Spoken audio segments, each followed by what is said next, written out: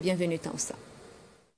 Communiqué du procureur près le tribunal de première instance d'Abidjan qui suscite l'indignation et qui a fait réagir le gouvernement burkinabé tant le lieu du drame qui a coûté la vie à Alain Christophe Traoré alias Alino Fasso interroge tant les circonstances font polémique. Le gouvernement s'étonne que le drame se soit produit dans une école de gendarmerie et dans ces circonstances alors même que le porte-parole du gouvernement ivoirien s'était évertué à nier les pratiques d'enlèvement forcé, d'exécution sommaire et de torture en Côte d'Ivoire lors d'un point de presse en date du 15 janvier 2025. Abidjan dit suicide, Ouagadougou pointe du doigt une tentative de dissimulation de la réalité des faits et exige vérité et justice. Le gouvernement condamne fermement cette disparition assimilable à un assassinat crapuleux.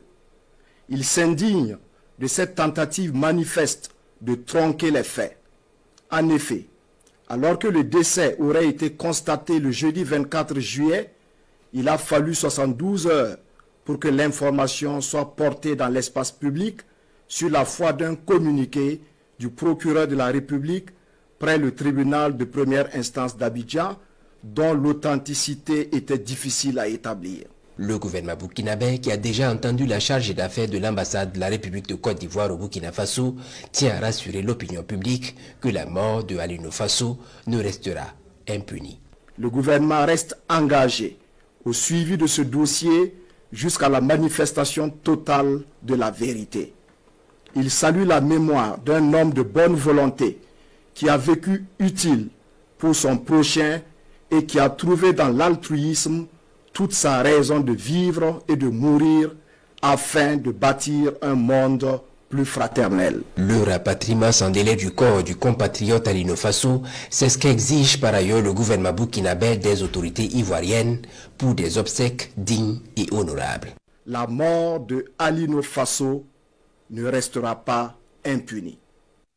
Lorsqu'un pays est faible, il est voué à disparaître dans ce monde de prédation. Il faut qu'on soit fort. Et aujourd'hui, les pays qui sont nucléaires sont forts. Ils ne perdent jamais une guerre. Mais la bombe nucléaire, vous avez tous fait atomistique, c'est sûr. On vous dit que c'est un neutron qui frappe un noyau, qui se divise, ça libère de l'énergie. On connaît l'équation, mais comment enrichir même pour changer d'isotope? Comment enrichir? Comment le faire pratiquement? Profitez donc, apprendre, parce que nous avons besoin de vous pour développer nos pays.